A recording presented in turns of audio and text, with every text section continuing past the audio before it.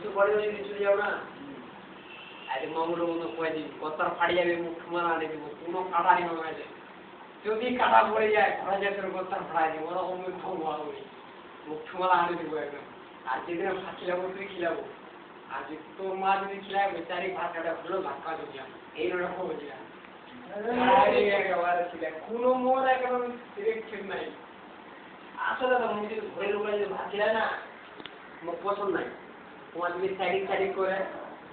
পারবো ভাত না যে কোনো একটা পরের ঘর যেখানে ছিল পরের ঘর যেখানে ছিল বুঝলো ওখানে খাওয়া হবে এবারে বাইরে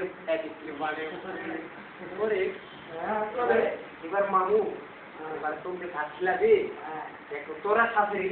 দেখো তাহলে বেশি করে দিবি না এবার শাশুড়ি তো কম করে দিবে তোর ভোগী কম করে আরে তোর শাশুড়ি কম দিবি বাকি ভোগাই দিবে তোর শাশুড়ি আমার দিবানা নাই একটা মেয়ে আমার দিঘা মাটি আনি মন্দির তুলে দিও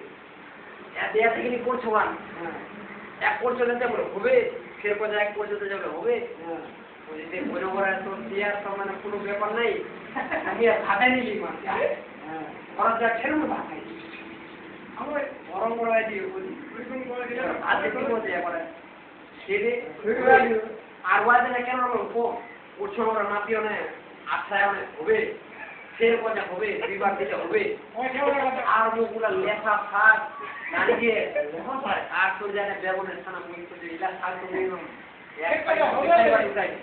ওয়া মুখ পর্যন্ত হবে হবে এই মুখ তো হবে যে হয়ে যাবে মুখ আর অপরাধ লাগবে কত মুখ আর দাঁড়ে ফের পাচ্ছে মুখ আপনি কি পানি